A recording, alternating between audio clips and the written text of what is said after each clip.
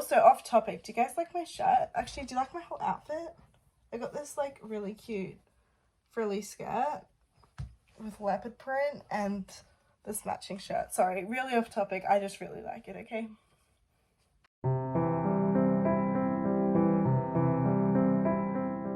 Hey everyone, it's Isabella. Welcome back to my channel, or welcome to my channel if you are new. Today we're going to go through all of the books I read in the month of August. I read a total of 6 books, which I'm pretty proud of because I was still in a reading slump. I think I'm finally out of that reading slump, but it was tragic. It was really bad. I did finish the book that got me into it, and I do have quite a lot of thoughts about that. We might start with that book actually. But yeah, without further ado, let's jump into the video. Alrighty, we'll start with the book. This book. So I was reading this in July, and I quite literally spent the whole month of July reading it, and I still didn't finish it. I finished it in August, so it took me 2 months to read this book. It has never taken me longer than like a week to finish a book. So yeah, I gave this book 4.5 stars, so it was really good. Don't get me wrong, I loved it. I rated the first book in this series 4 stars, so this did get an extra 0.5 because I loved it so much more than the first book. And I loved the characters, I loved the atmosphere. The one thing that got me was the writing, because obviously Sarah J Maas, she's known for very dense writing. It takes so long to get through. This is such a slow-paced book, like it is slow. And when I finished it, even though I loved it, even though I gave it 4.5, and I really, really enjoyed the story, the plot, the characters, I was like, do I want to read the third book? Because I believe the third book is bigger, or like nearly the same size. And a lot of people say it's like the worst book in the series, and I don't know if I want to read like 600 pages of Sarah J Maas again if it's like not going to be worth it, you know what I mean? So I'm on the fence. If you have read this series, what are your thoughts on the third book without spoiling it? Because I don't know if I want to finish it. As much as I loved this book, I'm kind of happy with the characters and everything. Like, if I was not to continue the series, it wouldn't like destroy me, you know what I mean? Like, I'm happy, not with how it ended, but it's like not the end of the world, you know what I mean? So I don't know what to do. I don't know if it's worth it or not, so I'm open for opinions. But anyway, if you don't know what this series is, it's very, very popular, so I highly doubt you don't know what this series is if you're in the book community. But it is Sarah J Maas, A Court of Thorns and Roses series, following a girl named Feyre, who is like a huntress, and one day she accidentally kills a fae and is taken to this fae world to kind of as like a, you killed one so now we take you type of thing. I don't know. That is so brief and really like does not go into detail, but I feel like I can't really say much more because this is the second book and I don't want to say anything in case I spoil this book, you know what I mean? Because it's kind of all just one big blur in my mind at the minute. Out of all the books I read this month, this one was probably the most memorable, probably because it took me 2 months to get through, but anyway. So because of my major reading slump that I was in, I really only read poetry or non-fiction other than that book. So I'm going to go through the 2 poetry books that I read. I read 2.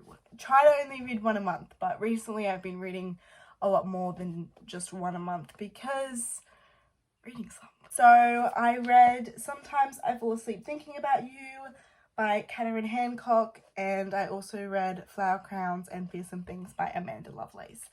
So both of these, actually they're kind of different. This one centers a lot around heartbreak. If you are going through heartbreak, a breakup, this is for you. If you want to feel sad.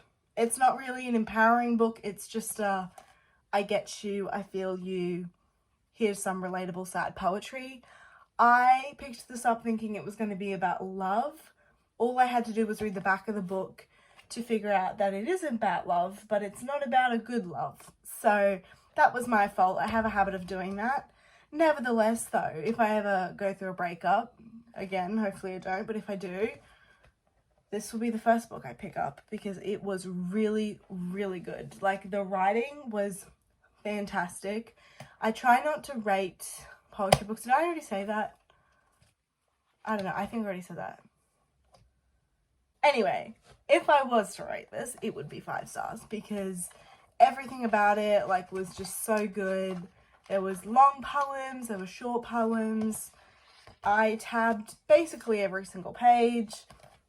It was fantastic. I will definitely be checking out more of her work. Next, Flower Crowns and Fearsome Things by Amanda Lovelace. I was really excited to see this. I got this, I think, for like $7 from QBD because it has like a tear on the spine, so it was like clearance, and I'm like, are you kidding me? Yes, this is like $32 new.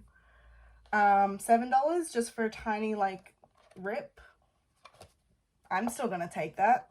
Anyway, I wanted to give Amanda Lovelace a go because her books, The Princess Saves Herself in this one, like that like little series, I've really wanted to check out for literally probably for like over a year, honestly, since I got into poetry. It just sounds so amazing, but I'm so skeptical to pick it up because it is a very controversial like poetry book series, I guess. Like, people either love it or hate it.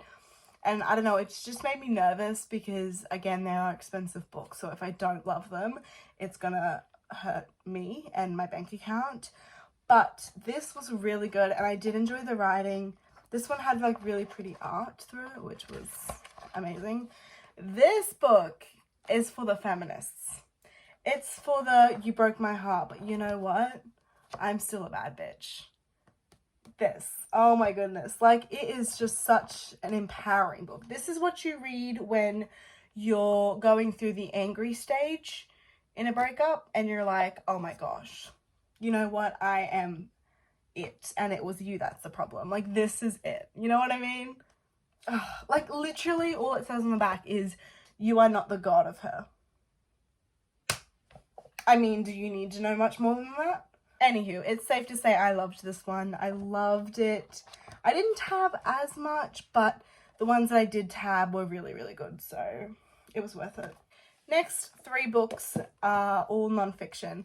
So I read Chloe the Casiac Girl on Point. So Chloe's from Dance Moms. She was my favorite girl.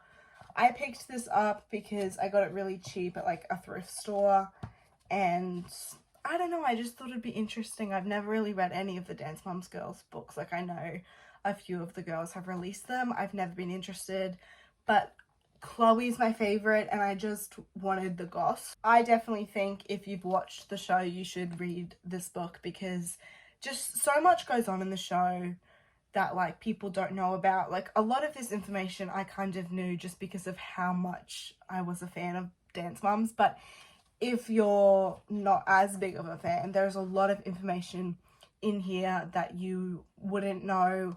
There's a lot of facts. There's just a lot of even like photos. It was just really good to flick through and see them all. And I also just love to see a different side to Chloe rather than just like her dancing. We got to see a more like raw and honest side to her, which I love because, like I said, I love Chloe. Okay, the next 2 books are just like self-help books, so not my usual, but reading slump. So I read Me Time by Jessica Sanders. This was a really good book, and it was also very like pretty like to read. I really enjoyed this. I read this in I think like an hour because it was just nice to look at.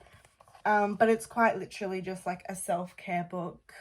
There's not a lot to it, how to take care of yourself. It is really good though. So if you are looking for a book to kind of help with, you know, taking better care of yourself, advice, this is really, really good and I would highly recommend it. And then I also read this book, which I read at the start of the month. I'm not going to say it because I don't want to get censored, but I'm not going to lie, I don't really remember a lot about this book. I remember enjoying it, but the information is very standard.